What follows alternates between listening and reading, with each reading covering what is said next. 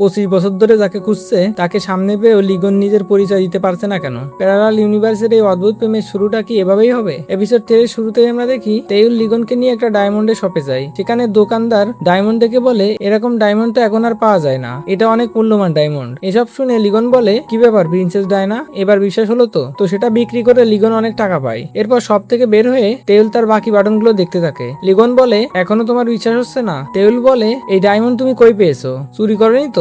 লিগন বলে, তুমি কি কোনোদিন এমন চোর দেখেছো যে ডায়মন্ড বিক্রি করতে পুলিশ নিয়ে যায়? টেবিল বলে, তোমাকে দিয়ে কোনো ভরসা নেই, কারণ তোমার কোনো আইডিই নেই। লিগন বলে, এই ডায়মন্ড গুলো আমার ডায়মা লাগিয়েছে। টেবিল বলে, হতে পারে সে কোনো জায়গা থেকে চুরি করেছে। লিগন বলে, ঠিক আছে, আমি উনার কাছে জিজ্ঞেস করে নিব, বাট উনি চুরি করার মতো লোক না। তখন তার নজর যায় একটা 63 তলা বিল্ডিং এর উপর। তো সে ওই বিল্ডিংটা দেখিয়ে সেটা সম্পর্কে জিজ্ঞেস করে। টেবিল বলে, কেন তোমাদের ওখানে কি এমন বিল্ডিং নেই? লিগন বলে, হ্যাঁ, আমার ওখানে প্রতি শহরে 60+ এরকম বিল্ডিং আছে, তোমাদের এখানে কি একটাই? তেল বলে, হ্যাঁ, এই শহরে একটাই, আর হ্যাঁ, এখান থেকে তুমি ট্যাক্সি নিয়ে হোটেলে চলে যেতে পারবে। এটা বলে সে চলে যাচ্ছিল, তখন লিগন বলে, প্লিজ যেও না, তোমাকে খুঁজতে আমার 25 বছর সময় লেগেছে। আই উইশ এই দিনটা আরো বড় হতো, তাহলে আমি তোমার সাথে আরো সময় কাটাতে পারতাম। টেবিল তাকে হুমকি দিয়ে বলে, সামনে থেকে সরবা নাকি আমি কোনো অ্যাকশন নেব। তখন টেবিলের কাছে সিনজের কল আসে আর তাকে ইনভেস্টিগেশনে হেল্প করতে ডাকে। তো সে সেখান থেকে সেখানে চলে যায় আর লিগন দাঁড়িয়ে তাকে দেখতে থাকে। এদিকে উনসব বাড়িতে বসে টিভি দেখছিল। তখন লিগন তাকে কল করে তার সাথে দেখা করতে বলে। লিগন অ্যাকচুয়ালি পুলিশ স্টেশন থেকে তার নাম্বার নিয়েছিল, তো সে তাকে নিয়ে গিয়ে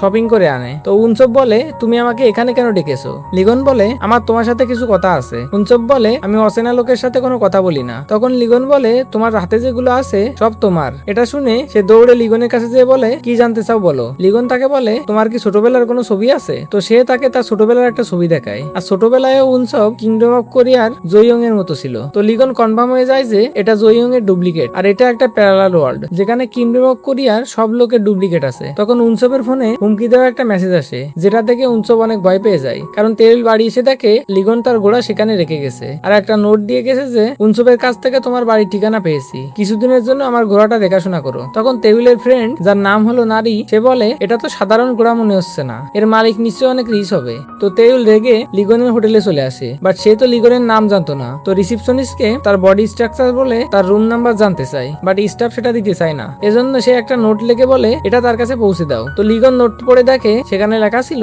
10 মিনিটের মধ্যে যদি ওয়েটিং রুমে না আসো আমি তোমার ঘোড়া বেঁচে ফেলবো। তো তেইলের মেসেজ পেয়ে লিগন টাইমের মধ্যে সেখানে চলে আসে। তো তেইল বলে, তুমি আমার বাড়ির সামনে ওই ঘোড়া রেখেছো কেন? লিগন বলে, তোমার যদি প্রবলেম না হয় তুমি কিছুদিনের জন্য আমার ঘোড়াটা ওখানে থাকতে দাও। তেইল বলে, আমার প্রবলেম আছে। লিগন বলে, তোমার কিছু করতে হবে না, আমি ওর খাওয়া গোসল করানো সবকিছু নিজে করব, তুমি শুধু কিছুদিনের জন্য ওকে ওখানে থাকতে দাও, আমি আর কাউকে এখানে চিনিও না, তারপর তো আমি এখান থেকে চলে যাব। টেবিল বলে, তো কবে যাচ্ছ?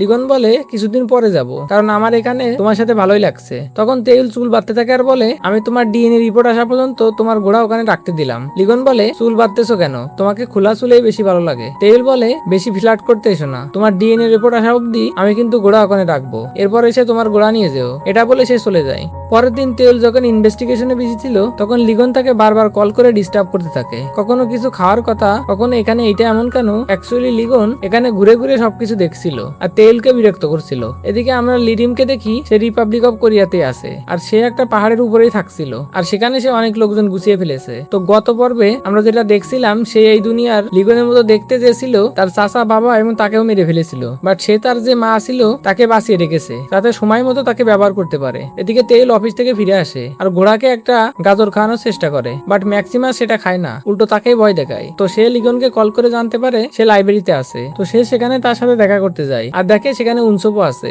উনসব বলে, জানি না এর কি হয়েছে, কাল থেকে সে বই পড়েই যাচ্ছে। লিগন আসলে এই দুনিয়ার হিস্টোরি পড়ছিল। তখন তেউল তার সামনে এসে বসে আর আশেপাশে থাকা মেয়েরা গসিপ করতে থাকে যে এটা কি ওর জিএফ নাকি, কারণ এখানে সব মেয়েরা এতক্ষণ লিগনকেই দেখছিল। তো আশেপাশের এই অবস্থা দেখে তেউল তাকে কথা বলতে একটা রেস্টুরেন্টে নিয়ে যায়। সেখানে এসে তেউল আরামসে চিকেন খেতে শুরু করে, বাট লিগন চুপচাপ বসে থাকে, কারণ তার একটা রীতি ছিল, কেউ তার খাবার খেয়ে যদি দেখে না দিত যে খাবারে কোনো সমস্যা আছে কিনা, তাহলে সে খায় না। এটা আর কি রাজার সেফটির জন্য। তেউল জিজ্ঞেস করে, এমনটা কেন করে?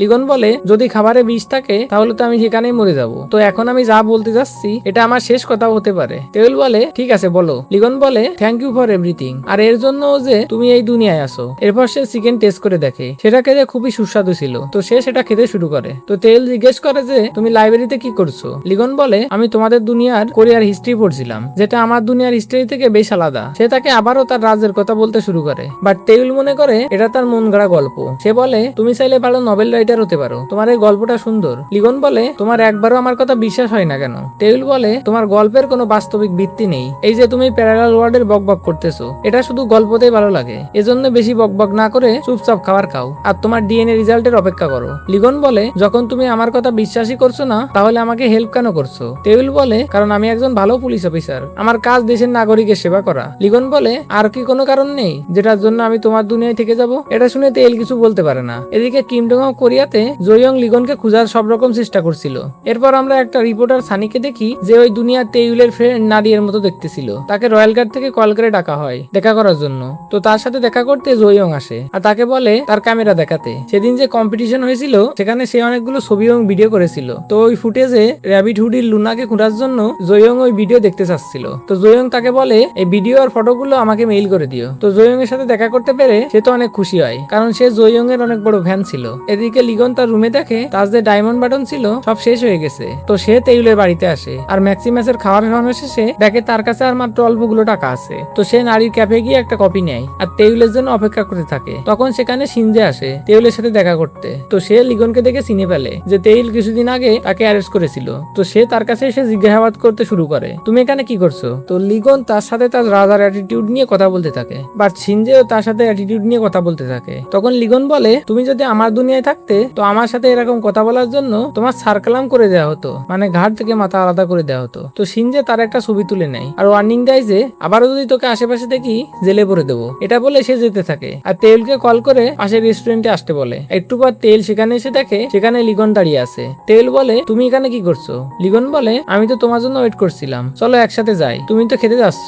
তেল বলে সেটার কোনো দরকার নেই। এটা বলে সে চলে যায়। বাট রাস্তায় তার লিগনের জন্য খারাপ লাগতে থাকে যে এরকম করা ঠিক হচ্ছে না। তো সে সিনজেকে মেসেজ দেয় যে তোমরা খেয়ে নাও, আমি বাড়িতেই খাচ্ছি। এটা বলে সে লিগনের কাছে চলে আসে আর বলে তুমি এখনো এখানে কি করছো? লিগন বলে তোমার আমার সাথে এরকম ব্যবহার করাটা মোটেও উচিত হচ্ছে না, আমার অনেক খারাপ লাগে। টেবিল বলে কেন, কি হয়েছে? লিগন বলে আমি এখানে শুধুমাত্র তোমাকেই চিনি, তো তোমার আমাকে এভাবে ছেড়ে যাওয়া উচিত না। টেবিল বলে মিস্টার বন্ডামি ছাড়ো আর বলো তুমি কে আর আমাকে কিভাবে চেনো? লিগন বলে আমি তো তোমাকে বলেছি 25 বছর আগে একজনের কাছ থেকে আমি তোমার আইডি কার্ডটা পেয়েছি, সেদিন থেকে আমি তাকে আর তোমাকে খুঁজতেছি। টেবিল বলে ঠিক আছে তাইলে বলো ওই লোকটাকে। লিগন বলে আমি তো তার চেহারা দেখিনি, তার কাছ থেকে ওই আইডি কার্ডটা পাই যেটাতে তোমার ডেট অফ বার্থ আর ইস্যু ডেট 11 ডিসেম্বর 2019 লেখা আছে। টেবিল বলে এটা মোটেও সম্ভব না, আমার কাছে আমার আইডি কার্ড আছে আর 11 ডিসেম্বর 2019 এখনো আসেনি। তো ফাও না বকে নিজের বাড়ি যাও, তোমার কি কোনো ফ্যামিলি নেই? তারা কি তোমার জন্য টেনশন করছে না? লিগন বলে না, আমার ফ্যামিলিতে সেরকম কেউ নেই আর আমি সিঙ্গেল। টেবিল বলে তুমি সিঙ্গেল দিয়ে আমি কি করব? লিগন বলে আমার একটা কথা মনে পড়লো, আমি তোমাকে সেই পজিশন দিতে পারি যার মাধ্যমে তুমি আমার সম্পর্কে জানতে পারবে। টেবিল বলে আচ্ছা বলো কোন পজিশন? লিগন বলে এপ্রিল জং তেউল, আমি তোমাকে আমার ওয়াইফ মানে কোরিয়া সাম্রাজ্যের মহারানী হিসেবে গ্রহণ করলাম আর এখন থেকে আমার এখানে থাকার কারণ পেয়ে গেছি। এসব শুনে তেউল হা করে তার দিকে তাকিয়ে থাকে। এখানে এই এপিসোড শেষ হয়। তো ভিডিও ভালো লাগলে লাইক কমেন্ট এবং শেয়ার করবেন আর চ্যানেলে নতুন হলে অবশ্যই সাবস্ক্রাইব করবেন।